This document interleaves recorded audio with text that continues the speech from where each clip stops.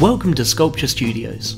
Working on a fiberglass wall installation for this project, and we've been approached by Sam Hartley from Stakes and Hartley Limited. He's looking to have a sculpture created to represent a Patron tequila bottle.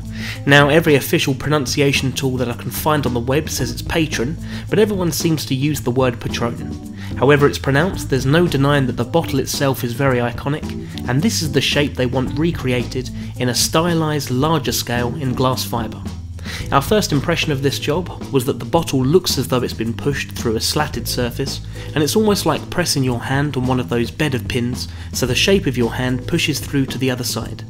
For this bottle shape to be achieved, we thought through different hot wire processes of cutting it out, and we've decided the best method was to keep the whole backboard piece in one unit, as opposed to individual slats that are joined together later after the bottle shape is pushed through.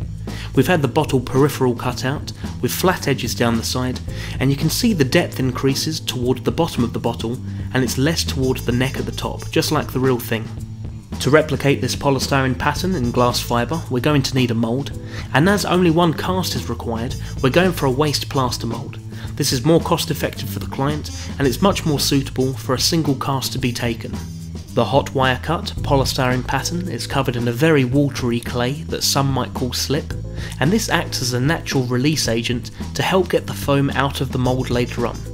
We go over the clay with a watery plaster of Paris to get into all the detail, and we then start to back this up with thicker plaster and scrim material for extra strength. As this is a very large mould to create in one single unit, we're adding wooden battens as a frame, so the plaster has a nice rigid platform to sit on, and this stops it from twisting and wanting to bend under stress. The wooden battens will do most of the work. When the plaster is set, we need to carefully flip the mould over and remove all of the polystyrene from the inside.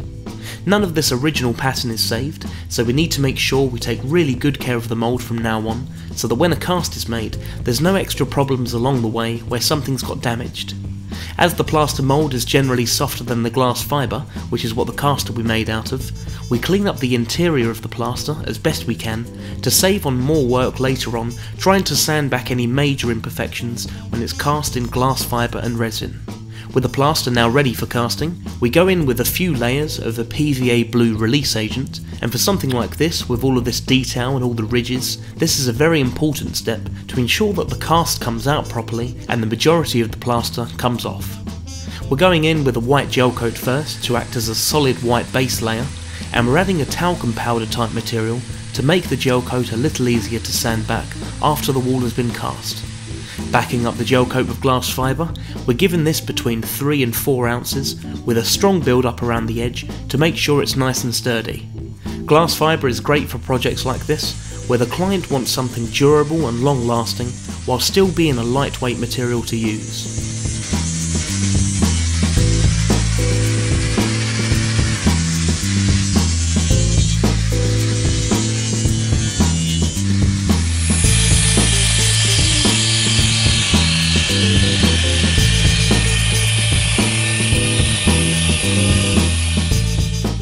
For handling and transportation, the bottle wall is going to be broken down into 2 sections and mounted on some metalwork that will support the fiberglass from the back and allow the sculpture to freestand.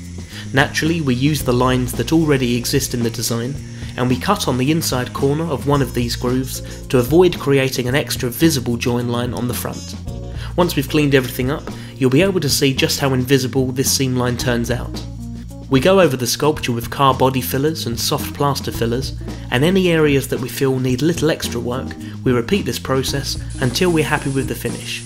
We then go over with a white 2K car body primer, and this is durable and long lasting and should be perfect to project onto.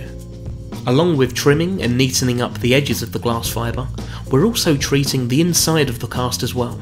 We're going in with a black flow coat resin, which, as well as making the job visually neater to look at, it also helps make the fiberglass safer to handle, as it has a tendency to be very sharp if it's left untreated. We're just about to add the final touches to the seam line that you can just about see going across the centre here, before it's time for the work to be collected. Sam himself has driven down to visit the workshop to pick up the job, and to finally meet us in person. Much like many of our projects where it's often only a voice over the phone or a name at the other end of an email conversation, We always appreciate it when a client takes the time to come down to the studio and being able to see their reaction firsthand.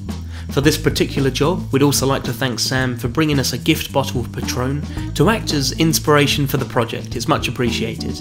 Sam's also sent us a few finished photographs of the bottle wall being tested out with their lights and their projections. We hope the sculpture's enjoyed at the different bars and drinks locations that it's going to be visiting, and we look forward to more work with Stakes and Hartley in the future. Please feel free to leave any comments below, as they're always appreciated, and hit the subscribe button for our latest videos.